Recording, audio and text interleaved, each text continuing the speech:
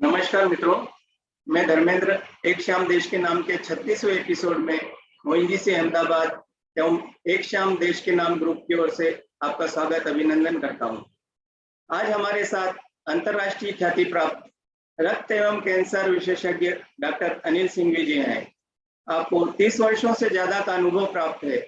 आपने कई राष्ट्रीय एवं अंतर्राष्ट्रीय संस्थाओं में कैंसर के इलाज का प्रशिक्षण लिया है, जिनमें सीएमसी वेल्लोर एवं केलांग कैंसर सेंटर शिकागो प्रमुख हैं।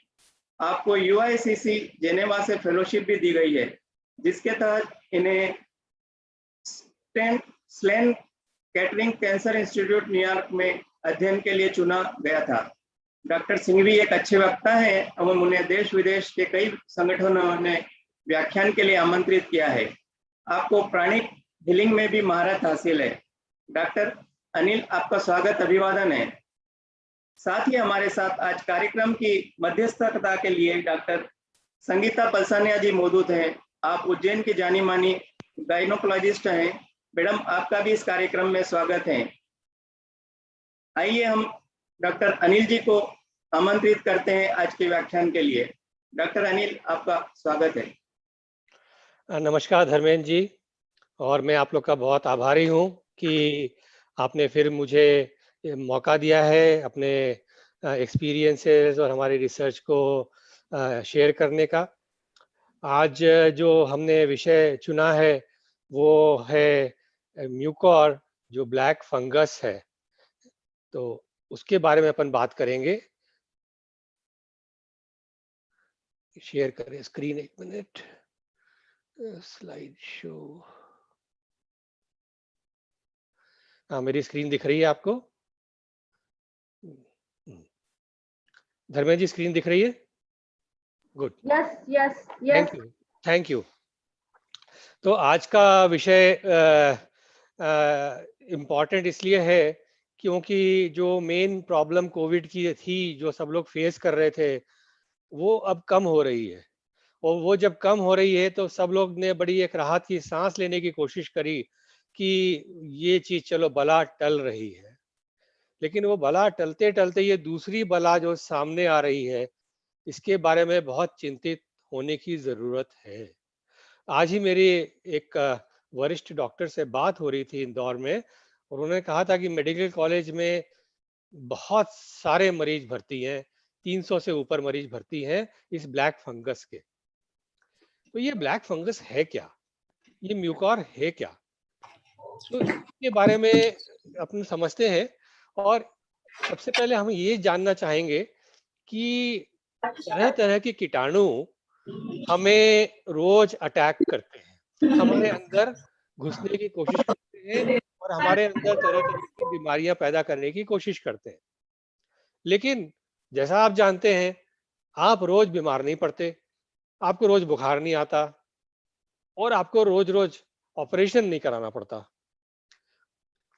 तो मुख्य रूप में फलात तरह के कीटाणु हमारे पास आ सकते हैं, जिसमें कि बैक्टीरिया है, वायरस है, फंगस है और पैरासाइट्स है, जैसे मलेरिया।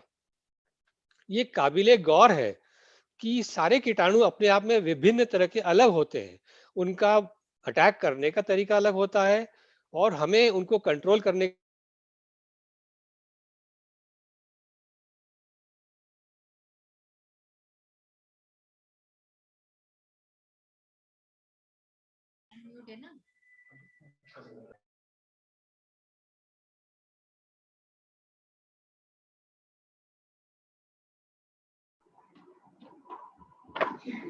धर्मेंद्र जी, सिंघवी जी के नेट का इश्यू है क्या?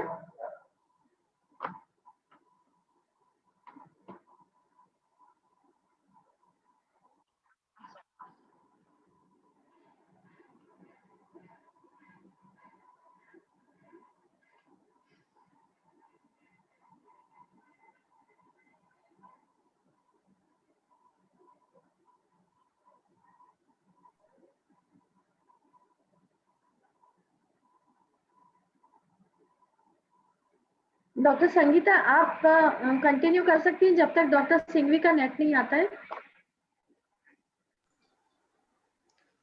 हाँ, मैं यही कहना चाह रही थी कि पोस्ट कोविड अभी हाँ, हाँ। पोस्ट कोविड जिस तरह की परेशानियां हम लोग देख रहे हैं तो वो मामूली किस्म की नहीं है। कोविड के इलाज में जिस तरह से हम लोगों ने यानी डॉक्टरों ने जो दवाइयां दी थी, तो उसमें जो स्टेरॉइड का उपयोग हुआ था उसके कॉन्सिक्वेंसेस में ऐसा हो गया कि पोस्ट कोविड केसेस में एक जो बहुत ही मामूली सी चीज थी जिसको बोलते फंगस, उसने इन्वेजन करना शुरू कर दिया मनुष्यों की बॉडी में।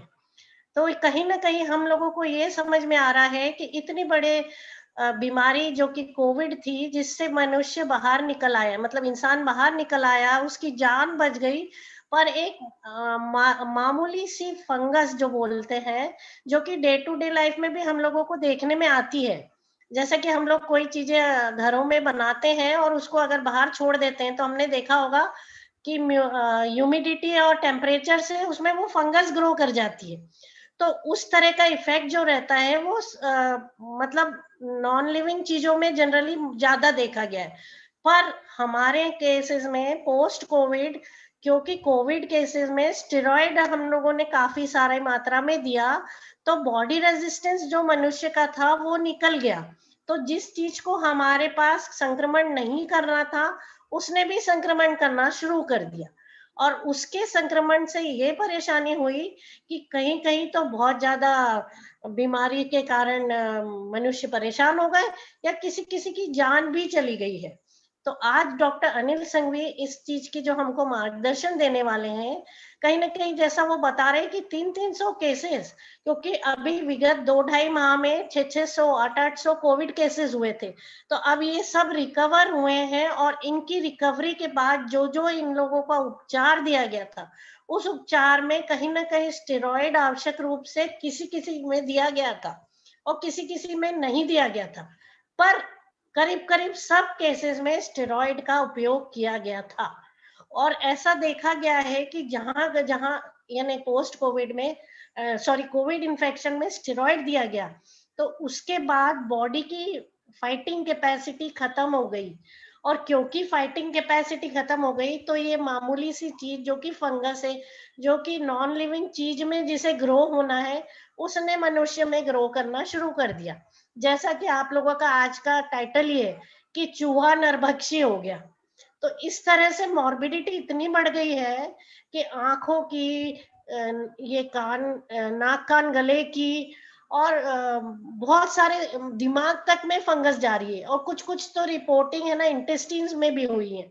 तो इस तरह की बीमारी के एक तो अवेलेबिलिटी ऑफ इंजेक्शंस खत्म हो गए, क्योंकि जैसा कहा जा रहा है कि एम्फोटेरिसिन जो साल भर में 2000 लोगों को, मरीजों को मुश्किल से लगता था फंगल इन्फेक्शन के लिए, वो अभी 300-300 400 केसेस इतने ज्यादा एक एक शहर में हो रहे हैं कि वो सारा ही स्टॉक आउट हो गया है। इसलिए आज हमको डॉक्टर अनिल संघवी इस बारे में मार्गदर्शन देंगे कि किस तरह से फंगस का क्या कारण था आने का, और कैसे उपाय करे जाए जिनसे कि इस फंगस से बचा जाए और आगे इसका संक्रमण ना फैले, इसके लिए क्या करा जाए। डॉक्टर संगीता, अभी डॉक्टर सिंघवी का नेट का प्रॉब्लम है, तब तक मैं आपसे एक प्रश्न पूछना चाहती हूँ कि क्या कोई भी मेडिकल शॉप पे जाके स्टेरॉइड खरीद सकता है हमारे देश में? हाँ, ये बात निकल के आ रही है कि स्टेरॉइड ऑफिशियली दूसरी कंट्रीज में ओटीसी नहीं है, पर हमारे इंडिया में मेडिकल स्टोर वाले स्टेरॉइड दे रहे हैं अगर कोई बंदा जा रहा है और मांग रहा है, और जो कि ऑफिशियली हमें नहीं देना है। Steroid should be controlled by the physician, paediatrician, and should be given by them only, यानी उनके द्वारा ही दिया जाना चाहिए। और बाकी कंट्रीज में इसका नियम लागू है, पर हमारे भारत में इसका नियम लागू नहीं है।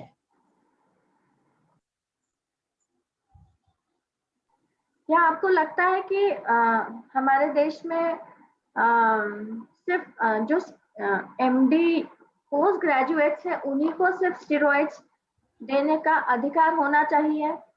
क्योंकि स्टेरॉइड्स एक बार दिया तो शरीर की इम्यूनिटी बहुत खत्म हो जाती है, और शरीर ऐसा हो जाता है कि हल्के फुल्के, जो मतलब जिसकी कोई औकात नहीं होती है, ऐसे भी फंगस और वायरसेस और बैक्टीरिया अटैक करते हैं, तो क्या आपको लगता है कि सिर्फ पोस्ट ग्रेजुएट्स के पास ये अधिकार होना चाहिए, जैसे काफी देशों में ऐसा है?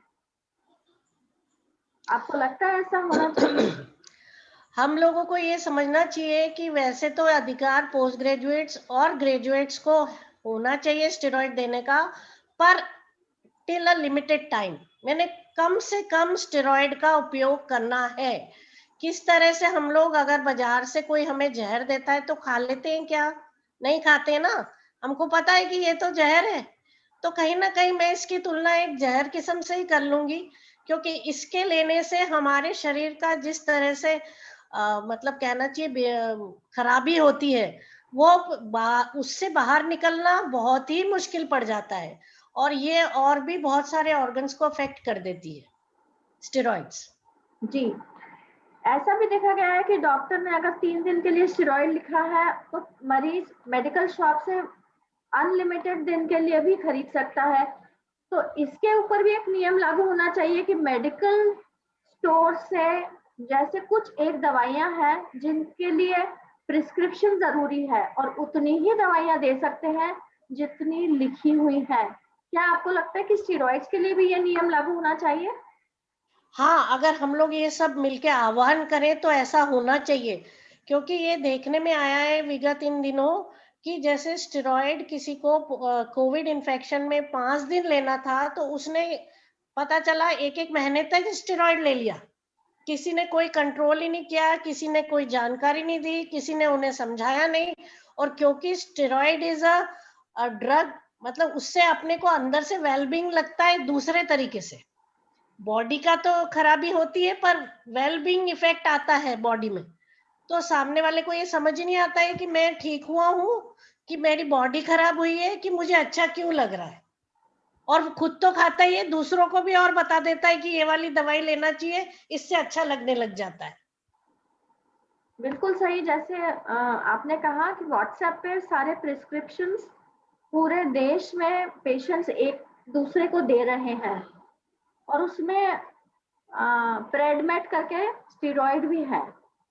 तो क्या आपको लगता है कि ये सभी कोरोना पेशेंट्स को लेना चाहिए, या कोई कैटेगरी आप डिवाइड करना चाहेंगी? जैसा मैंने लोगों से चर्चा करी इस फंगस इन्फेक्शन के उद्बोधन के पहले, तो मुझे ये बताया गया कि हर किसी को स्टेरॉइड रिकमेंडेड नहीं है। अगर किसी को ऑक्सीजन लेवल बहुत कम हो रहा है, किसी को फीवर बहुत प्रोलॉन्ग्ड हो रहा है, किसी को हॉस्पिटलाइजेशन की जरूरत है, उन केसेस में they are recommending to give steroid, that too also. यानी इन केसेस में स्टेरॉइड देना है, और वो भी सिर्फ 5 से 7 दिन देना था, जो कि बहुत लंबा लंबा दे दिया गया। और डोज का भी ऐसा ही हुआ कि जो हमारे फील्ड में गांवों में डॉक्टर्स थे, किसी किसी ने तो 1-1 ग्राम स्टेरॉइड तक भी दिलवा दिया है। तो उसके कारण बॉडी रेजिस्टेंस इतना कम हुआ कि जो उसके साइड इफेक्ट्स थे, उसमें ये एक फंगस इन्फेक्शन बहुत ज्यादा बुरी तरीके से मनुष्यों को हो गया, जो कि नहीं होना चाहिए था। अच्छा, मतलब आपके कथन के अनुसार माइल्ड केसेस जो घर पे रह के ठीक हो सकते हैं, उनको नहीं देना चाहिए था। सिर्फ जो उनमें भी थोड़े से बायोकेमिकल पैरामीटर्स थे कि सीआरपी रेज्ड होता जा रहा है, इंटरल्यूकिन रेज्ड हो रहा है, या कोई ऐसी एबनॉर्मलिटी पाई जा रही है जो कि ये आपको बता रही है कि वायरस वैसे तो 5-7 दिन में मर जाता है, पर उसका साइटोकाइन स्टॉर्म आता है। तो अगर वो साइटोकाइन स्टॉर्म हो रहा है, उसको सबसाइड करने के लिए फिर वो लोग स्टेरॉइड रिकमेंड करते हैं।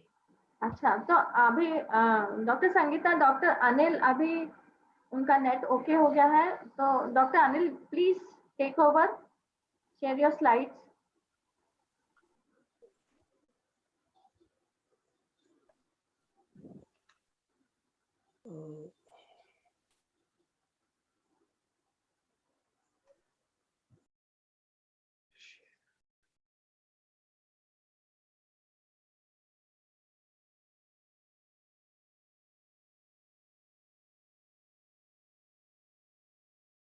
हाँ, मेरी स्लाइड्स दिख रही है? Yes, yes. गुड। सॉरी, वो लाइट चली गई थी हमारे यहाँ। ओके। और ये हमारा डेस्कटॉप है तो वो बंद ही हो गया था। जब तक हम लैपटॉप लेके आए तब तक लाइट वापस आ गई। हाँ हाँ हाँ। तो पक्का म्यूकॉर ने अटैक किया था, क्योंकि जो नहीं चाहता था म्यूकॉर कि हम आप लोगों के साथ कोई ऐसी इंफॉर्मेशन साझा करें जिससे कि म्यूकॉर को तकलीफ हो जाए। हाँ कोई बात नहीं। तो आज हम ये बात कर रहे थे कि तरह तरह के हमारे पास कीटाणु हैं और सब कीटाणु के अपने अपने ये है, मतलब ये है कि एक गधा है तो एक घोड़ा है तो एक हाथी है, ये समझने की बात है। सब कीटाणु एक जैसे नहीं होते और उनकी दवाइयां अलग होती है, उनकी बीमारियां अलग होती है। तो अब हम बात करते हैं अपॉर्चुनिस्टिक इन्फेक्शन। मतलब क्या कि ऐसे कुछ कीटाणु होते हैं जो कि जरा ज्यादा ही धूर्त होते हैं, मतलब उनमें बहुत ज्यादा काबिलियत नहीं होती, उनमें बहुत ज्यादा इन्फेक्टिविटी नहीं होती। वो आसानी से एक एक अगर कोई व्यक्ति है जो कि स्वस्थ है उसको अटैक नहीं कर सकता, लेकिन कोई व्यक्ति अगर अस्वस्थ है, उसको किसी न किसी तरह की प्रॉब्लम है, तो ये कीटाणु अपॉर्चुनिस्टिक अपॉर्चुनिटी देखते हैं और धावा बोल देते हैं। तो ये चीज समझने की बात है। अब इसमें बहुत सारे तरह तरह के होते हैं, हिस्टोप्लाज्मोसिस, टीबी भी एक तरह का है, क्रिप्टोस्पोरियोडोसिस, और म्यूकॉर भी एक तरह का अपॉर्चुनिस्टिक है। मतलब इसको हम बोलते हैं मौका परस्त। अब मौका परस्त आप लोगों ने बहुत देखे होंगे। हाँ, जैसे आपने देखा होगा कि अभी जब कोविड का एपिडेमिक हुआ था तो कुछ मौका परस्त लोगों ने ऑक्सीजन के सिलेंडर की कालाबाजारी करी थी, जो कि बहुत ही खराब काम है। तो मेरा सोचना है कि ये ऐसे लोग या ऐसे लोग जो रेमडेसिविर को काले बाजार में बेच रहे थे, वो म्यूकॉर से कोई ज्यादा बहुत बड़े नहीं है, तो उनका नाम म्यूकॉर रख देना चाहिए। सजा तो उनको मिलनी चाहिए, अब उनका नाम म्यूकॉर रख देना चाहिए। और मौका परस्ती हमारे दुनिया में, हमारी लाइफ में हर जगह है। आपने देखा होगा कई बार आप ऑफिस से आते हो और आपका बॉस ने बहुत आपको डांटा, आपने अपने टारगेट्स पूरे नहीं किए, आपसे गलतियां हो गई और आपकी ऑफिस में दिन बहुत खराब गुजरता है। और जब आप आते हो तो आपका मुंह लटका हुआ रहता है, आपके पास बिल्कुल एनर्जी नहीं रहती है। पता नहीं, लेकिन कभी कभी ऐसे टाइम पर वाइफ भी अपनी पूरी की सारी जो उसके अंदर गुबार है वो भी निकाल देती है, क्योंकि उसको मौका दिखता है कि ये व्यक्ति आज सुन लेगा, आज कुछ बोलेगा नहीं। तो मौका परस्ती हर जगह होती है, इसमें कोई दिक्कत नहीं है। लेकिन आप कृपा करके वाइफ को जाके म्यूकॉर मत कहिएगा, नहीं तो मेरी पिटाई हो जाएगी। ठीक है। अब ये देखें कि हम इस मौका परस्त इन्फेक्शन से कैसे बचें, या फिर ये देखें कि किस तरह से हम सारे इन्फेक्शन से बच सकते हैं, किस तरह से हम अपना बचाव कर सकते हैं। तो हमारे पास कुछ फर्स्ट लाइन ऑफ डिफेंस होता है। फर्स्ट लाइन ऑफ डिफेंस होता है कि मुंह में सलाइवा है, आंख में आंसू है जो कि सब कीटाणुओं को धो देते हैं, म्यूकस लाइनिंग्स है, स्टमक में एसिड होता है, और हमारी चमड़ी जो होती है ये हमें बचा के रखती है। तो ये फर्स्ट लाइन ऑफ डिफेंस बहुत इंपॉर्टेंट होता है। इसके बाद सेकेंड लाइन ऑफ डिफेंस शुरू होता है, जिसमें कि आप देखते हैं कि ये इम्यून सिस्टम काम में आना शुरू करते हैं, जैसे कि नेचुरल किलर सेल्स, इन्फ्लेमेशन, बुखार आना, फैगोसाइट्स, न्यूट्रोफिल्स और तरह तरह की चीजें। तो जितने भी ये कीटाणु हैं ये नेचुरल डिफेंस में अपना काम करते हैं और अपने को उससे बचाते हैं जो भी अटैकिंग ऑर्गेनिज्म है। और फिर थर्ड लाइन ऑफ डिफेंस होता है ये टी सेल्स और बी सेल्स। ये लिम्फोसाइट्स होते हैं जो कि याद रखते हैं कि कौन सा कीटाणु आया था और क्या करता है वो, तो उसके अगेंस्ट एंटीबॉडी बनाना है कि उसको हमें किसी तरह से खत्म करना है। तो ये थर्ड लाइन ऑफ डिफेंस है। तो ये हमारा इम्यून सिस्टम इस तरह से काम करता है बहुत अच्छी तरीके से। तो ये दो तरह की इम्यूनिटी होती है। एक होती है लेफ्ट साइड में इनेट इम्यूनिटी, जो कि हर किसी के पास होती है, ये सेल्स की जितने भी तरह के सेल्स होते हैं जो अटैक करते हैं। और दूसरी होती है अडेप्टिव इम्यूनिटी, जो कि स्लो रेस्पॉन्स है लेकिन बहुत ज्यादा कारगर है। तो ये सब मिलके हमारा इम्यून सिस्टम बनाते हैं। तो ये आप देख रहे हैं कि किस तरह से बैक्टीरिया आया तो सबसे पहला जो प्राइमरी लाइन ऑफ डिफेंस है, ल्यूकोसाइट है, न्यूट्रोफिल है, वो उसको ललकारता है और उसको हरा के खत्म कर देता है।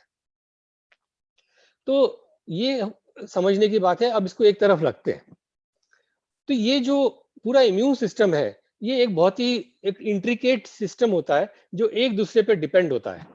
और एक दूसरे पे डिपेंड होकर के ये एक बहुत ही मतलब बैलेंस सिस्टम होता है। तो बैलेंस वर्ड को जरूर ध्यान रखिएगा, क्योंकि बैलेंस होना बहुत जरूरी है। अगर बैलेंस नहीं होगा तो प्रॉब्लम होगी। तो बैलेंस हो करके अगर आपका इम्यून सिस्टम बहुत वीक है तो क्या होगा कि जितने भी अटैकर्स हैं, कोविड वायरस है, टाइफॉइड है या म्यूकोर है, ये आपको हरा देंगे और आपके अंदर घर बना लेंगे और डिजीज हो जाएगी। परंतु यदि इम्यून सिस्टम कुछ ज्यादा स्ट्रांग है, कुछ ज्यादा हाइपर रिएक्टिव है, कुछ ज्यादा ज्यादा ट्रिगर हैप्पी है, तो क्या होगा कि वो इम्यून रिएक्शन कुछ ज्यादा स्ट्रांग और ओवर रिएक्टिव होने से तकलीफ हो जाएगी। क्या तकलीफ होगी कि एक तरह का ऑर्गन फेलियर हो सकता है, ARDS हो सकता है, साइटोकाइन स्टॉर्म हो सकता है। गौरतलब है कि इस एपिडेमिक में जितने भी लोग सीरियस हुए हैं या अनफॉर्चुनेटली जितने लोगों की डेथ हुई है, वो वायरस से नहीं हुई है, वो उनके इम्यून सिस्टम के हाइपर रिएक्टिव होने से हुई है। तो ये भी नहीं होना चाहिए। इस बारे में हमने लास्ट वेबिनार में काफी डिटेल में चर्चा करी थी, इसलिए हम अभी बहुत ज्यादा इसको नहीं लेंगे। तो ये साइटोकाइन स्टॉर्म के बारे में जस्ट एक चीज बताना चाहूंगा कि मान लीजिए आपके अंदर एक मकड़ी घुस आई आपके घर में, और उस मकड़ी को हमने फ्लेम टॉर्च से उसको मारने की कोशिश करी। फ्लेम टॉर्च से मारने की कोशिश करी तो क्या होगा, मकड़ी मरे ना मरे, हमारे घर में आग जरूर लग जाएगी और हम भी जल जाएंगे। यही होता है साइटोकाइन स्टॉर्म में, और यही होता है हाइपर रिएक्टिव इम्यून सिस्टम में। तो ये सारे मार्कर्स ऑफ साइटोकाइन स्टॉर्म है, ये इतने कॉमन नॉलेज है, हर कोई जानता है कि सी रिएक्टिव प्रोटीन कराते हैं, LDH कराते हैं, डी डाइमर कराते हैं और ये सब कराते हैं। ये मान के चलें कि ये रिपोर्ट सिर्फ एक इंडिकेटिव रिपोर्ट होती है। इन रिपोर्ट को लिटरली नहीं लेना है कि 200 है तो 100 से बुरा है क्या, नहीं। वो है अपने पेशेंट की क्लिनिकल कंडीशन को देख करके इन रिपोर्ट्स को अपने को इंटरप्रेट करना है। तो यहाँ पे हम ये इम्यून सिस्टम की कहानी एक तरफ रखते हैं। ये हमने समझ लिया कि कैसे काम करता है, और ये भी समझ लिया कि इम्यून सिस्टम के हाइपर रिएक्टिव होने से क्या क्या साइड इफेक्ट्स हो सकते हैं। अब मान लीजिए मेरे ऑडियंस में कई लोग होंगे जो मकान मालिक होंगे, कई लोग होंगे जो मल्टी के मालिक होंगे, कई लोग होंगे जो डेवलपर्स होंगे। आपने एक बहुत बड़ी मल्टी स्टोरी बिल्डिंग बनाई। अब ये बिल्डिंग तो आपने बना दी, उसके सारे फ्लैट खाली पड़े हैं, तो आपको लगता नहीं है, हमेशा डर लगा रहता है कि आसपास में अराजक तत्व, मौका परस्त गुंडे इस पे कब्जा कर लेंगे और फिर हमें बड़ी मुश्किल होगी। तो इस बिल्डिंग की सिक्योरिटी करना बहुत जरूरी है। अब कैसे किया जाए?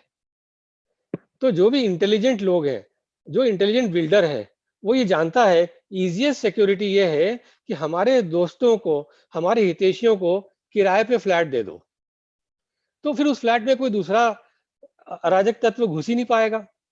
तो वो क्या करते हैं कि इस फ्लैट को पूरा किराए से फटाफट चढ़ा देते हैं। अब क्या होता है, या तो बेच देते हैं तो मकान मालिक नया आके रहने लगता है, या किराए से लगा देते हैं। अब देखिए आप कि बिल्डिंग सिक्योर हो गई, पैसा भी नहीं लगा, उल्टा उसको पैसा मिल रहा है किराएदार से। दूसरा क्या हो रहा है कि किराएदार उस फ्लैट को मेंटेन करता है, किराएदार उस फ्लैट को साफ रखता है, रंग रोगन कराता रहता है और बढ़िया से रखता है। तो विन विन सिचुएशन हो गई। जिस तरह से हम अपनी बिल्डिंग में किराएदार रखते हैं, वैसे ही हमारे बॉडी में भी बहुत सारे किराएदार रहते हैं, और ये बहुत सारे किराएदार हमारा माइक्रोबायोम है, एक बैक्टीरिया है जो कि बहुत सारे हमारे अंदर रहते हैं, हमारे ऊपर रहते हैं, हमारे पूरे बॉडी में रहते हैं। आपको ये जान के बड़ा अचंभा होगा कि ये बैक्टीरिया की तादाद हमारे खुद के बॉडी के सेल से 10 गुना ज्यादा होती है, और ये तरह तरह के काम करते हैं हमारे लिए। ये बहुत काम की चीज है। चूंकि उन्हें रहने की जगह मिलती है, तो उस रहने की जगह के बदौलत वो बहुत सारे काम करते हैं। तो जो आप सोचते हो कि आप हो, वो आप नहीं हो। आप सिर्फ वो हो जो आप हो, प्लस वो बैक्टीरिया जो कि 10 गुना है, वो भी आप ही हैं। तो ये बड़े खुशी से आपके अंदर रहते हैं और बड़ी तरह तरह से आपके लिए काम करते हैं। क्या क्या काम करते हैं? ये आपके मेंटल हेल्थ को बेटर रखते हैं। Can you believe it? इनका सीधा कनेक्शन ब्रेन के साथ रहता है, और यदि वो बैक्टीरिया बैलेंस रहेंगे तो आपको डिप्रेशन नहीं होगा, आपका मूड अच्छा रहेगा, आपकी मेमोरी अच्छी रहेगी, आपकी स्किन को बढ़िया रखते हैं ये। आपके फूड को डाइजेस्ट करते हैं। आपके फूड में ऐसी कई चीजें होती है जो आप खुद डाइजेस्ट नहीं कर सकते, तो ये बैक्टीरिया जाकर के उन सारे फूड्स को डाइजेस्ट करता है और आपको वो पोषक तत्व निकाल के देता है। आपके इम्यून सिस्टम को बूस्ट करता है। ये बैक्टीरिया क्लोजली एक्ट करता है हमारे इम्यून सिस्टम के साथ और उसको बूस्ट करता है। तो ये देखिए आप, जैसे कि इम्यून सिस्टम के साथ एकदम उसका बहुत क्लोज नाता है, क्योंकि बैक्टीरिया बहुत बहुत पहले से है, आपका इम्यून सिस्टम तो बाद में डेवलप होता है। तो देखिए जैसे इधर लेफ्ट साइड में कि अगर वो बैक्टीरिया ने देखा कि अंदर एक रोटा वायरस आ गया है, तो वो इमीडिएटली इम्यून सिस्टम को बताता है, फोन लगाता है कि देखिए एक रोटा वायरस आया, क्या करना है। और इम्यून सिस्टम तुरंत उसको जवाब देता है, कोई प्रॉब्लम नहीं है, आपको क्या चाहिए बताइए, हम अपने यहाँ से फौज भेजते हैं। तो मान के चलिए कि ये अगर लेफ्ट साइड वाला बैक्टीरिया नहीं होगा तो इस इम्यून सिस्टम को अर्ली मैसेज नहीं मिलेगा। तो ये बहुत इंपॉर्टेंट है। दूसरा इंपॉर्टेंट ये है कि अब आप देखिए जैसे लेफ्ट साइड में ये माइक्रोबायोम है, ये जो पर्पल कलर के जितने भी बिंदु हैं, ये एक पर्पल कलर के बहुत सारे माइक्रोबायोम में बहुत सारे कीटाणु हैं जो आपके पेट के अंदर, आपके श्वास नली के अंदर, आपके मुंह के अंदर, नाक के अंदर एक लेयर बना के बैठे हुए हैं और उसको चमका रहे हैं, बढ़िया से कर रहे हैं और इम्यून सिस्टम से बातें कर रहे हैं। इम्यून सिस्टम उस सेल्स के अंदर है। तो यदि ये जो लाल रंग के कीटाणु हैं जो कि इन्वेडिंग बैक्टीरिया है, जो कि अटैकर्स हैं, ये आते हैं, तो क्या होता है, इनको जगह नहीं मिलती वहां रहने की, क्योंकि जगह तो पूरी फुल है। दूसरा क्या होता है, उनको ऑक्सीजन नहीं मिलती, क्योंकि ऑक्सीजन तो सब ये बैक्टीरिया ले रहे हैं। उनको पोषण नहीं मिलता, क्योंकि उनका पोषण ये पूरा पोषण इन बैक्टीरिया ने घेर रखा है और ये उनको लेने नहीं देते पोषण। तो इन अटैकर्स की दाल बिल्कुल नहीं गलती है और ये अटैक अंदर नहीं आता, या ये कुछ भी अपना घर यहाँ नहीं बना सकते और विफल हो जाते हैं। अब देखिए किसी कारण से अगर ये जो हेल्दी माइक्रोबायोम है लेफ्ट साइड का, ये डिप्लीट हो जाए, ये कम हो जाए, ये नष्ट हो जाए, तो क्या होगा। राइट साइड में देखिए, ये माइक्रोबायोम डिप्लीट हो गया, यहाँ पे जगह पूरी खाली हो गई। और जब ये खाली हो गई तो ये जो अटैकिंग बैक्टीरिया है, इनको तो बड़े जगह मिल गई आराम से घुसने की, और ये सीधे हमारे अंदर घुसने की फिर कोशिश करते हैं और कई बार सफल भी हो जाते हैं। इनको पोषण भी मिल जाता है, क्योंकि पोषण वहां पड़ा रहता है, इनके और कोई खाने वाला नहीं। तो हम ये देखते हैं कि किस तरह से ये बहुत जरूरी है, ये हमारा एक डिफेंस का लाइन है। तो यदि हम अपने इस माइक्रोबायोम को डिप्लीट कर देते हैं किसी कारण से, क्या कारण हो सकता है जिससे ये कम हो जाए। या तो हम गलत तरह का खाना खाएं, जो इनको चाहिए वो खाना हम नहीं खाएं, तो ये बेचारे भूखे मर जाते हैं, खत्म हो जाते हैं। लेकिन और भी इंपॉर्टेंट है, यदि हम जगह जगह एंटीबायोटिक खाने लगे। एंटीबायोटिक के बारे में क्या कहा था, जो बैक्टीरिया को खत्म करता है। तो अगर हम एंटीबायोटिक खाने लगे तो ये बैक्टीरिया माइक्रोबायोम खत्म हो जाता है, डिप्लीट हो जाता है। और डिप्लीट हो जाता है तो क्या होता है, तो यहाँ पे ये कहने की बात है कि माइक्रोबायोम चूंकि इतना काम हमारे लिए करता है, आपने देखा होगा लिस्ट अपन ने अभी चर्चा करी, तो यदि आपको स्वस्थ रहना है, आपको फिट रहना है, तो आपके अंदर पेट में ये सारे के सारे कीटाणु बिल्कुल फिट रहने चाहिए।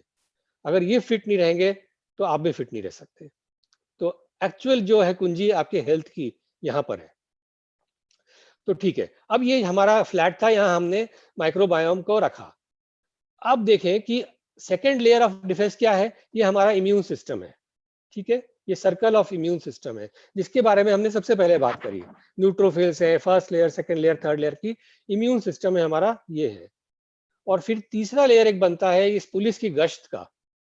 ये जो पुलिस है ये टी लिम्फोसाइट्स है, जो कि हमने इम्यून सिस्टम में देखा था। थर्ड लेयर हाईएस्ट टॉप में जो टी लिम्फोसाइट्स है।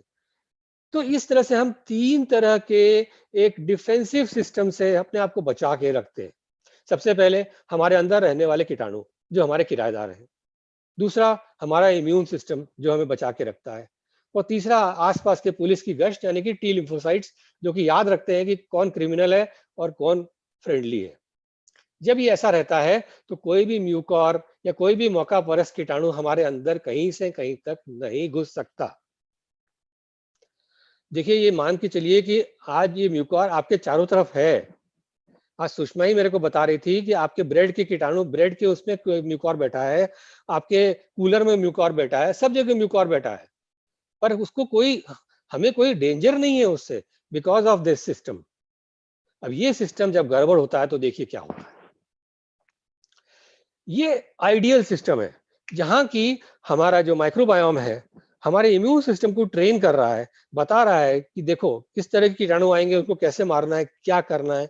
और बिल्कुल गश्त चलती रहती है, ट्रेनिंग चलती रहती है और हमारी सेना बिल्कुल तत्पर रहती है। तो कोई भी ये हरे रंग के कीटाणु आते हैं, बोलते हैं नहीं यार यहाँ तो बहुत मुश्किल है, अपनी दाल गलेगी नहीं। तो अब देखिए क्या होता है कोविड में। कोविड आपको हुआ, थोड़ा बुखार आया, तो आप क्या करते हो कि आप पास के केमिस्ट के पास जा करके कोई सा भी पर्चा दिखा करके या पर्चा नहीं दिखा करके एंटीबायोटिक की गोलियां खा लेते हो। जैसे डॉक्सीसाइक्लिन हुआ, एजिथ्रोमाइसिन हुआ, सफ्रोक्सिन हुआ, या फिर इंजेक्शन लगवा लेते हो तरह तरह के, मेरोपेनम है या कोई भी। तो ये हम जानते हैं कि ये जितने हैं ये बैक्टीरिया के अगेंस्ट काम करते हैं, वायरस के अगेंस्ट काम नहीं करता। और ये सब लोग जानते हैं आज कि इन एंटीबायोटिक से कोविड वायरस को कुछ भी नहीं होने वाला। पर होता क्या है, इन एंटीबायोटिक के खाने से हमारे जो किराएदार थे, हमारे जो फ्रेंडली बैक्टीरिया थे, वो खत्म हो जाते हैं और हमारा मकान फिर से खाली हो जाता है और बड़ा इनवाइटिंग सा खाली हो जाता है कि आ जाओ कब्जा कर लो। ठीक है, तो ये पहला एक लाइन ऑफ डिफेंस खत्म हो गया। इसके बाद यही नहीं, हम क्या करते हैं, हम जाके स्टीरॉयड भी खा लेते हैं। क्यों? क्योंकि हमने सुना है कि स्टीरॉयड खाने से बहुत फायदा होता है। तो भले ही हमको बुखार आया, हमारे ऑक्सीजन लेवल बढ़िया है, तो भी हम जाकर के पहले दिन से सोलुमेड्रॉल या मिथाइल प्रेडनिसोलोन या डेक्सामेथासोन ये सब खाना शुरू कर देते हैं। जब हम स्टीरॉयड खाते हैं जिसकी जरूरत नहीं है, तो क्या होता है, एक तो हमारे अंदर वायरस की बढ़ने की गति 4 गुना बढ़ जाती है। दूसरा क्या होता है, हमारा इम्यून सिस्टम डिप्रेस होता है। स्टीरॉयड का काम ही है कि इम्यून सिस्टम को सप्रेस करना। इसीलिए स्टीरॉयड दिया जाता है कोविड में कब, जब साइटोकाइन स्टॉर्म होता है या जब हमारा इम्यून सिस्टम हाइपर रेस्पॉन्सिव होता है, तो ही वो होता है लेट स्टेज में, जब ऑक्सीजन लेवल्स फॉल होते हैं। भर्ती करने के बाद दिया जाता है, घर में कोई नहीं खाता। लेकिन फिर भी अगर हमने इसको खा लिया, एक्सेस मात्रा में खा लिया, हाई डोज में खा लिया, तो क्या होता है, ये हमारे इम्यून सिस्टम को खत्म करता है। तो हमारा जो सर्कल ऑफ सिक्योरिटी थी हमारे मकान के चारों तरफ, वो भी वीक हो जाती है, वो भी चली जाती है। यहीं पे बात खत्म नहीं होती। इसके बाद कोविड वायरस क्या करता है कि वो टी लिम्फोसाइट्स को खत्म करता आके। उसकी ये आदत है कि पुलिस को मारता है वो आके, तो टी लिम्फोसाइट्स कम हो जाते हैं कोविड में। तो हम ये देख रहे हैं कि इन सब चीजों की वजह से हमारी ये तीनों लेवल ऑफ सिक्योरिटीज खत्म हो गई। हमारे किराएदार चले गए, हमारा मकान खाली हो गया, सूना हो गया, कंप्लीटली बैरन हो गया। हमारे म्यूकोजा पूरी बैरन हो गई, उसमें पूरी की पूरी जगह है आराम से कि आ जाओ जी बैठो, जिसको बैठना है बैठो। हमारा इम्यून सिस्टम खत्म हो गया और हमारे पुलिस यानी टी लिम्फोसाइट्स भी खत्म हो गए। अब मौका परस्त कीटाणु को क्या चाहिए, म्यूकॉर को क्या चाहिए? म्यूकॉर तो बस तुरंत आकर के हमारे अंदर घर बनाने की कोशिश करता है। और यदि आपको डायबिटीज भी है या फिर आपने स्टीरॉइड्स खाए हैं, उससे ब्लड शुगर बढ़ गई है, वो भी इम्यून सिस्टम को कम करता है और वो भी म्यूकॉर को बढ़ावा देता है। और फिर हम देखते हैं कि किस तरह से म्यूकॉर हमारे अंदर प्रवेश करता है। और एक बार म्यूकॉर प्रवेश कर जाए, फिर उसे हटाना बहुत मुश्किल है, बहुत ही ज्यादा चिपकू तरह का है और उसको निकालना बहुत मुश्किल है। और फिर हम देखते हैं ये तरह तरह के प्रॉब्लम्स। म्यूकॉर हुआ मुंह में तो ये काला हो गया, और तरह तरह की म्यूकॉर माइकोसिस को हम जानते हैं। बेसिकली ये तरह तरह के होते हैं, लंग्स में होती है, साइनसेस में होती है, आंख के पीछे होती है, अंतड़ियों में होती है, क्यूटेनियस होती है, और डिसेमिनेटेड सब जगह हो सकती है। ये तरह तरह की different types of mucor mycosis है। और इसके सिम्टम्स जो हैं वो इस तरह के हो सकते हैं। बहुत ही नॉर्मल टाइप के सिम्टम होते हैं, कोई स्पेसिफिक सिम्टम नहीं होते। हेडेक हो गया, खांसी आ रही है, सांस लेने में तकलीफ हो रही है, बराबर मेंटल स्टेटस सही नहीं है, और सबसे ज्यादा जरूरी है आंखों में लालपन या आंख के पीछे दर्द होना। ये सारे कॉमन सिम्टम्स होते हैं। अब देखें इसमें जैसे कि लेफ्ट साइड में जो पेशेंट है, इसकी एक आंख थोड़ी सी बंद हो रही है और वो सिर्फ म्यूकॉर से हो रही है, और राइट साइड वाले पेशेंट में ज्यादा बंद हो रही है। ये मुंह के अंदर का म्यूकॉर है, पैलेट में म्यूकॉर है।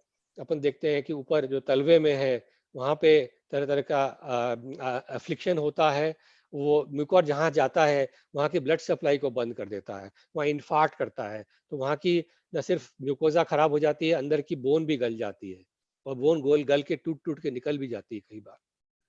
इस तरह के क्लिनिकल होते हैं प्रेजेंटेशंस। ये आंख में म्यूकोर होता है, बड़ी खराब चीज है साहब।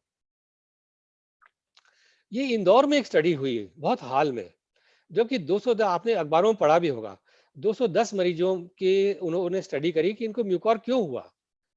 ये देखा गया कि 100% पेशेंट जिनको म्यूकोर हुआ उन्होंने एंटीबायोटिक खाई थी। स्टीरॉइड्स 14% लोगों ने नहीं खाई थी, बाकी 86% लोगों ने खाई थी। 21% को डायबिटीज नहीं थी, 36% कभी भर्ती नहीं हुए हॉस्पिटल में और घर में उन्होंने ये सब इलाज किया, उससे म्यूकोर हो गया। ऑक्सीजन सिर्फ 50% लोगों को लगी। तो इसका मतलब ये हुआ कि वो जो कहना है कि दूषित ऑक्सीजन से म्यूकोर हो रहा है, वो नहीं है। तो इस तरह से ये स्टडी एक बहुत इंटरेस्टिंग हुई थी। तो आज क्या करें हम? इससे बचना ही सबसे ज्यादा इंपॉर्टेंट है, क्योंकि इसका इलाज बहुत मुश्किल है। तो आप एंटीबायोटिक खाना बंद करें। यदि आपको बुखार हो रहा है और खास करके ऐसा लगता है कोविड है या ऐसा लगता है कि वायरल बुखार है, तो एंटीबायोटिक ना खाएं। इससे क्या होगा कि हमारे जो अंदर की जो फ्रेंडली कीटाणु है, जो हमारे सबसे फर्स्ट लेवल ऑफ रक्षक है, वो जीवित रहेंगे, वो बराबर काम करेंगे। दूसरा, स्टीरॉयड ना खाएं। स्टीरॉयड नहीं खाएंगे, आपका इम्यून सिस्टम जो सेकेंड लेवल ऑफ डिफेंस है, वो सही रहेगा। और यदि आपने एंटीबायोटिक खाई है तो उसके बाद प्रोबायोटिक जरूर लें। उससे क्या है कि जो अच्छे कीटाणु हैं वो वापस आने में मदद मिलेगी। एंटीबायोटिक सिर्फ दवाइयों में नहीं, खाने में भी होता है, क्योंकि तरह तरह के कीटनाशक का छिड़काव होता है हमारे खाने में। तो ऐसा भी खाना अवॉइड करें जिसमें कीटनाशक लगे हों। ऑर्गेनिक खाने को प्रेफर करें। एनिमल फूड्स अवॉइड करें। मीट, मिल्क, सब में एंटीबायोटिक होती है। ये देखा गया है कि प्रोफिलैक्टिक एंटीबायोटिक गायों को और भैंसों को बहुत दिए जाते हैं। एक स्टडी हुई थी centre of science and environment Delhi से, और उन्होंने डेयरी फार्मर्स को देखा था जो कि हरियाणा में और यूपी में, उन्होंने उनसे पूरा सर्वे किया था और देखा था कि उनके थन में, उनके जो जहाँ से दूध निकाला जाता है उसमें मेस्टाइटिस होती है, उसमें इन्फ्लेमेशन होता है, उसमें इन्फेक्शन होता है, उस वजह से दूध खराब हो जाता है। ये क्या करते हैं कि ये दूध सारे के सारे गायों को कम से कम हफ्ते में 3 दिन एंटीबायोटिक इंजेक्शन देते हैं। एंटीबायोटिक इंजेक्शन खुलेआम मिलते हैं उनको, और कुछ भी डोज देते हैं, कैसे भी एंटीबायोटिक देते हैं, उसकी भी पूरी लिस्ट बना ली गई। और फिर वो एंटीबायोटिक जो गाय को ठोक दिया गया, वो जाकर के उसके मिल्क में निकलता है, और ये देखा गया कि मिल्क में बहुत सारे एंटीबायोटिक पाए गए। टेस्टिंग करी गई 2018 में। कई फार्मर्स को ये बताया गया कि भाई आपको विड्रॉल पीरियड के बारे में मालूम है कि नहीं। विड्रॉल पीरियड मतलब क्या, कि ऐसा पीरियड 2 से 3 दिन का, जबकि आपने एंटीबायोटिक दी है अपने जानवर को, तब आप उसका दूध निकाल के बेचोगे नहीं। बोले क्या होता है ये, हमारे कुछ नहीं मालूम, हम तो बेचेंगे। फिर ये माना जाता था कि हम दूध को बॉयल कर देंगे तो क्या एंटीबायोटिक खत्म हो जाएंगे। बांग्लादेश एग्रीकल्चर यूनिवर्सिटी की बड़ी अच्छी स्टडी आई है। उन्होंने कहा है कि अगर आपने 20 मिनट तक मिल्क को बॉयल किया तो वो भी पूरी तरह से एमॉक्सिसिलिन, टेट्रासाइक्लिन, सिप्रोफ्लॉक्सासिन और दूसरे एंटीबायोटिक्स को डिस्ट्रॉय नहीं करता। तो बहुत ध्यान रहे कि अब दूध न लें ऐसे माहौल में जहाँ की एंटीबायोटिक्स का बहुत हो रहा है यूज। इसका एक और प्रॉब्लम ये होता है कि चूंकि हमारे दूध में, हमारे खाने में एंटीबायोटिक जाती है, वो हमारे अंदर एंटीबायोटिक जाती है, तो हमारे अंदर एंटीबायोटिक रेसिस्टेंस हो जाता है, और एंटीबायोटिक रेसिस्टेंस बैक्टीरिया इस कारण से पूरे कम्युनिटी में फैल रहे हैं। इसीलिए वीगन हो जाना बहुत अच्छा रहेगा। यदि आप दूध या डेयरी प्रोडक्ट से बिल्कुल परहेज कर लें तो सबसे अच्छी आपके लिए, हेल्थ के लिए यही बात होगी।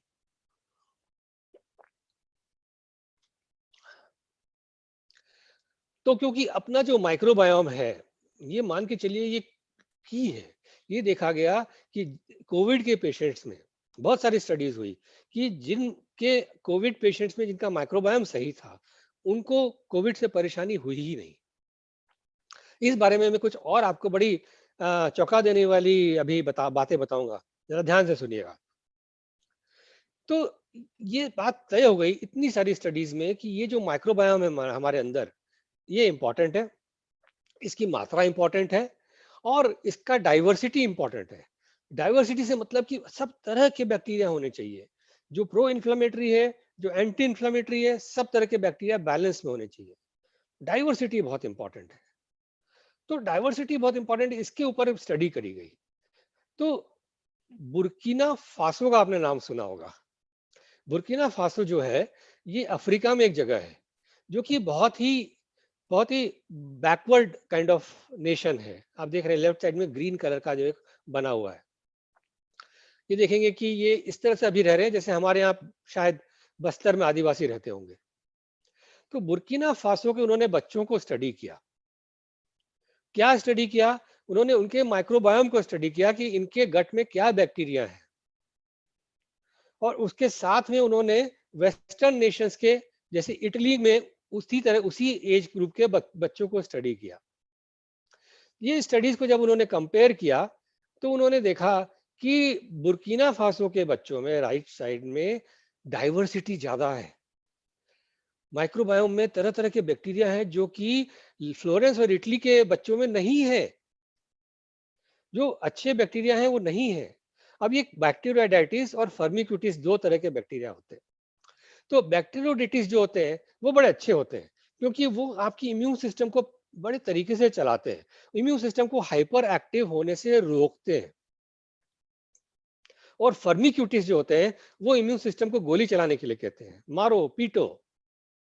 तो इन दोनों का बैलेंस होना बहुत जरूरी है। और आप यहाँ देखोगे कि बुर्किना फासो में ये जो ब्लू कलर का पाई डायग्राम है वो बैक्टीरियोडाइटिस है और वो ऑलमोस्ट हाफ है, और दूसरे वाले बाकी हाफ है। और यहाँ आप देखिए इटली में क्या है, बैक्टीरियोडाइटिस बहुत कम है। तो उस वजह से इटली के बच्चों में कोविड को लड़ने की क्षमता या और किसी इन्फेक्शन से लड़ने की क्षमता बुर्किना फासो के बच्चों के से बहुत कम पाई गई। फिर ये स्टडी करी गई यूएस में, वही हाल था जो इटली में हुआ। देखिए, तो आपने ये देखा होगा कि हमारे इंडिया में या अफ्रीका में कोविड से मरने वालों की तादाद percentage wise based on the number of cases बहुत कम रही है, बशर्ते कि वेस्टर्न नेशंस की।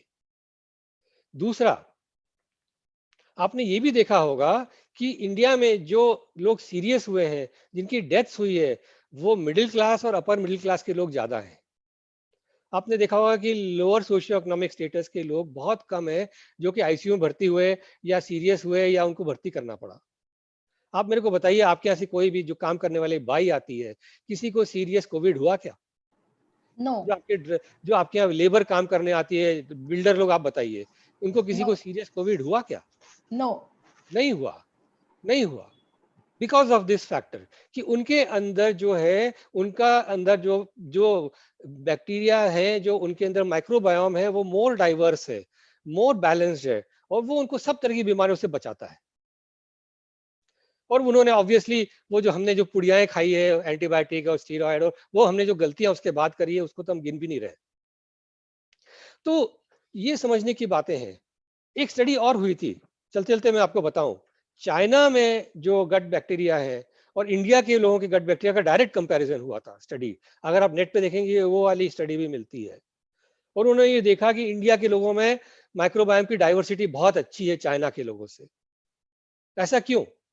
ऐसा इसलिए क्योंकि इंडिया के लोग वेजिटेरियन है, वेजिटेबल बेस्ड डाइट करते हैं, जो कि अच्छे ये जो बैक्टीरियाइटिस है जो ब्लू कलर के हैं, उन बैक्टीरिया को पसंद है वो खाना। और चाइना के लोग ज्यादा नॉनवेज खाते हैं तो उनके अंदर फर्मिक्यूटिस ज्यादा बढ़ते हैं, इसीलिए चाइना में भी मोर्टेलिटी बहुत हाई थी फर्स्ट वेव में। तो यहाँ पे कहने का मतलब ये है कि फोकस हमारा हमारे अपने को हेल्थ पे करना है। और हेल्थ कैसे करेंगे? हेल्थ इज हम खुश रहें, हम स्वस्थ रहें और हमारा माइक्रोबायोम स्वस्थ रहे। यदि इतना हो जाएगा तो मजाल है कि कोई ये म्यूकर या ये और वो कोई आपको छू भी नहीं सकता। तो जरूरी सिंपल है, दौड़ दौड़ के केमिस्ट के पास ना जाएं, जाए तो सब्जी वाले के पास जाए तो अच्छे ऑर्गेनिक स्टोर पे जाएं। जो हम दवाइयों में बहुत ज़्यादा खर्चा करते हैं वो बचा करके अच्छे खाने में खर्चा करें। एक डाइवर्स खाना खाएं, एक ऐसी चीज़ें खाएं जिसमें कि फाइबर ज़्यादा है, क्योंकि बैक्टीरियोडाइटिस और अस्तर कई सारे बैक्टीरिया, अभी मेरे पास समय नहीं है जो बता सकूं, वो सब इस पे थ्राइव करते हैं। और उस उस फाइबर में से आपको निकाल निकाल के ऐसी अच्छी अच्छी चीजें देते हैं जो आप अदरवाइज मिल नहीं सकती आपको। तो इस पे ध्यान देने की जरूरत है। कभी और बात करेंगे कि ये खाना किस तरह का होना चाहिए, क्या क्या इसके इंग्रेडिएंट्स होने चाहिए, कौन सा खाना अवॉइड करना है, वो एक पूरा अलग डिस्कशन है। पर फोकस आज यही करें तो बहुत अच्छा रहेगा। ये मेरे कॉन्टैक्ट डिटेल्स हैं, कोई क्वेश्चन हो, कोई प्रश्न हो तो बिल्कुल आपका स्वागत है। और यहाँ पे मैं अपना उद्बोधन अभी फिलहाल रोकता हूँ, और ताकि आप लोगों के विचार भी मेरे को जानने को मिले तो बहुत अच्छा लगेगा। धन्यवाद। Thank you so much. Thank you Dr. Sangeeta, please take over. Sir, बहुत ही अच्छा उद्बोधन था आपका।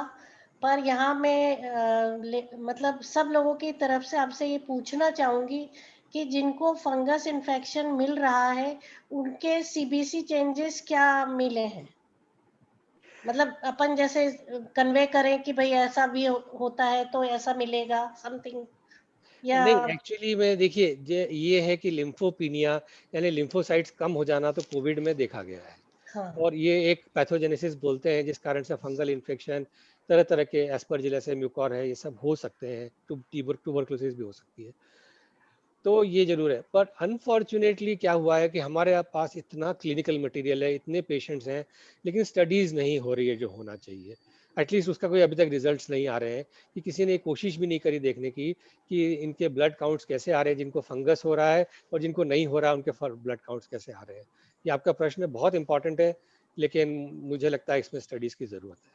नहीं, क्योंकि ऐसा काउंट लेके अपन लोग प्रेडिक्ट तो कर सकते हैं और बिल्कुल सही उसके है, फिर मेजर्स बता सकते हैं ना फिर उनको। सही कह रहे हैं आप। और जैसा कि अभी आपने चर्चा करी कि वेगन डाइट, ऑर्गेनिक फूड, तो उस संबंध में मैं ये यहाँ पे मतलब कन्वे करना चाहूंगी या सबको ही पूछना चाहूंगी कि हमारे जितने लोग अभी वेबिनार में हैं उन लोगों को मतलब नेचुरल बैक्टीरिया वाले प्रोडक्ट्स के बारे में कुछ जानकारी है क्या जो आपके थ्रू आप देना चाहें? जैसे कि हम लोग दही का कहते हैं ना कि वी शुड ईट, दही खाना चाहिए, उसमें एसिडोफिलस बैसिलस रहता है, that is good for our intestines. तो ऐसा और भी कुछ है, या हमारे जो अभी लोग सुन रहे हैं उनको इस तरह के किसी बैसिलस के बारे में जानकारी है तो हम लोग मतलब आपसे लेना चाहेंगे।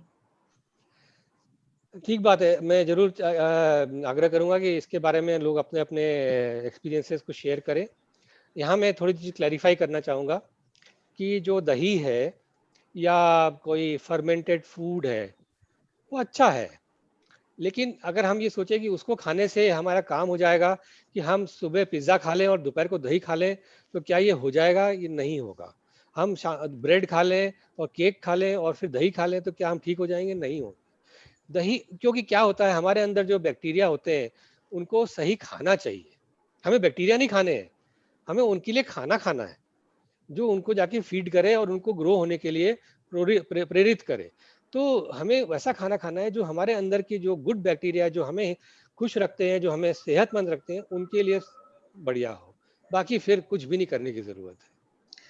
नहीं, तो हम तो भारतीय हैं और ये देखा गया है जैसा आपने बताया कि इटली और अमेरिका वाले लोगों की मॉर्बिडिटी और मोर्टेलिटी ज्यादा थी, पर हम भारतीयों में कम थी। तो बेसिक जो हम लोग डेली हमारे डाइट में ले रहे हैं, स्पेशली हल्दी जैसे हम लोग ले रहे हैं, which is also sort of this only, कि उससे भी हम लोग हमारे हेल्दी मिल्यू को बना रहे हैं, है ना। We can convey this thing, यानी ये हम सब लोगों को जानकारी बता सकते हैं कि हम लोगों के भारतीयों के पास जिस तरह के मसाले हैं, जिस तरह के खाने पीने के तरीके हैं, वह फॉरेन के वो लोगों से काफी अच्छे हैं।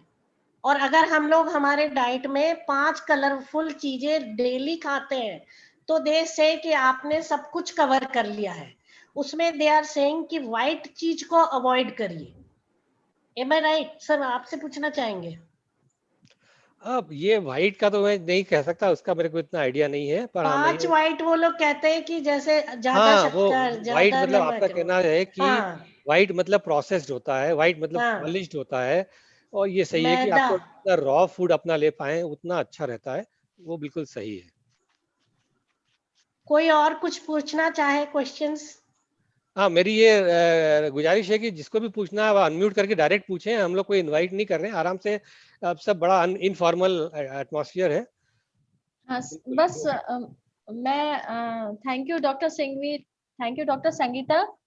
मैं बस सभी से ये गुजारिश करना चाहूंगी कि कोई भी अपने आप दवाइयां न खाए और सिर्फ अपना इम्यून सिस्टम जो नेचुरल तरीके से हम स्ट्रांग रख सकते हैं वो प्लीज सब लोग रखें। और हमको जागरूकता बढ़ानी है। जैसे आपने बताया कि हमारे दूध में भी आ रहा है, हमारे वेजिटेबल्स में भी आ रहा है, हम खुद जाके केमिस्ट के जाके जहर खरीद के लाके अपने सिस्टम को खराब कर रहे हैं। तो ये जागरूकता, ये नॉलेज हमको बढ़ाना है। और एक नेचुरल लाइफ, भले ही वो मतलब मैंने देखा है गरीबों के यहाँ खाना बहुत अच्छा नहीं मिलता है, फिर भी वो स्ट्रांग है। अमीरों के यहाँ सब मिलता है, फिर भी वो कमजोर हो रहे हैं। तो हमको ये एनालाइज करना है, ऑब्जर्व करना है कि हो क्या रहा है। और यस, हमको अपनी नेचुरल इम्यूनिटी बढ़ा के दवाइयों पे डिपेंडेंसी कम करके, सिंपल सा वायरस था उसमें बहुत कॉम्प्लिकेशंस करके दवाइयां खा के हमने एडिशनल कॉम्प्लिकेशन ब्लैक फंगस ली है। डॉक्टर सिंघवी को बहुत बहुत धन्यवाद, डॉक्टर संगीता को धन्यवाद। मैं हमारे ग्रुप के वरिष्ठ साथी श्री रविंद्र पहलवान जी को आमंत्रित कर रही हूँ अपने आशीर्वचन के लिए। एक क्वेश्चन पूछना था, वो जो भी जी गार्डनिंग वगैरह के बारे में भी कुछ बता रहे हैं कि गार्डनिंग से भी म्यूकोर वगैरह हो रहा है, तो वो किस तरह से मतलब होता है? नहीं, उसका कोई बहुत ज्यादा वो नहीं है, क्योंकि म्यूकॉर तो हर जगह है, आप उससे बच ही नहीं सकते। अल्लाह, अभी मैं एक कह रहा हूँ कि आप जिस कमरे में बैठे हो वहाँ म्यूकॉर है, घबराइएगा मत, कुछ नहीं होगा। हाँ, क्यों है वहां पर। तो वो आप कहाँ कहाँ जाएंगे साहब, अपने अंदर, आप अपने अंदर की शक्ति को पहचानो, अपने अंदर की शक्ति को बढ़ाओ, फिर म्यूकॉर तो कहीं नहीं लगता साहब, अपॉर्चुनिस्टिक है वो तो। बिल्कुल सही। नहीं, म्यूकर का तो ऐसा है कि humidity and temperature make them multiply. तो हमें ये ध्यान रखना है कि कहीं भी हम बहुत ज्यादा मतलब मॉइस्चर वाली जगह को नहीं रहने दे अपने घर में भी। सब जगह साफ सुथरी, खुली, धूप लगी हुई, इस तरह से की चीजें अगर रहेंगी तो आपका ये फंगस आएगा नहीं कहीं भी। टेम्परेचर मेंटेन रहे और मॉइस्चर मतलब क्या बोलते हैं, नमी न रहे, इस चीज का हमें हमारे घर के मिलियू में ध्यान रखना है, तो फंगस नहीं आएगी। बिल्कुल सही। और सबसे ज्यादा इम्यूनिटी। वो इम्यूनिटी के लिए तो ऐसा है कि मतलब ये कहा है, खा पी के भी इम्यूनिटी और सोकर भी इम्यूनिटी, क्योंकि आजकल लोग थोड़ा सो रहे कम है और या तो गोलियां खा खा के सो रहे हैं। और विटामिन डी जो, जैसा सुषमा का कहना है कि उसकी आदत बहुत सारी नहीं डाल रहे हैं, तो हमारे पास जो नेचुरल विटामिन डी है जो कि हमारी इम्यूनिटी को बहुत अच्छे से रखता है, उस चीज की आदत जो कि फ्री ऑफ कॉस्ट है, कि जरा सा 1 घंटा आधा घंटा धूप में बैठने में कितनी परेशानी है, पर शायद वो भी हम लोग नहीं कर पा रहे हैं। कमरे के अंदर बैठ के हमारी डिजिटल चीजों के साथ निर्लिप्त होते चले जा रहे हैं। बिल्कुल सही। आप लोग अपने प्रश्न चैट बॉक्स में भी लिख सकते हैं और पूछ जी भी सकते हैं। जी। समय की हमारे पास 1 ही मिनट बचा है। मैं रविंद्र पहलवान जी को बुलाना चाहूंगी। नमस्कार। भारत संचार निगम लिमिटेड के मंडल अभियंता, बीएसएनएल के divisional engineer mister Lalit Bhatia से मेरी टेलीफोन पर बात हो रही थी। वो एक बार अपने ग्रुप में, श्रोता ग्रुप में आ चुके हैं। वो उसकी बड़ी प्रशंसा कर रहे थे कि आपका बड़ा अच्छा था और आखिरी में आप भी बोले थे। तो मैं ये बताना चाहता हूं कि हमारे ग्रुप में केवल हमारे सदस्य ही नहीं है, और दूसरे लोग भी आकर उसको सुनते हैं और उसकी प्रशंसा करते हैं। और मेरा ख्याल जहां तक है, मैं एकदम से स्पष्ट नहीं कर सकता, मेरा जहां तक ख्याल है कि वो जो वक्ता आज बोल रहे हैं, इन्हीं वक्ता जो पहले बोले थे उनकी प्रशंसा कर रहे थे। मेरा ख्याल यही थे।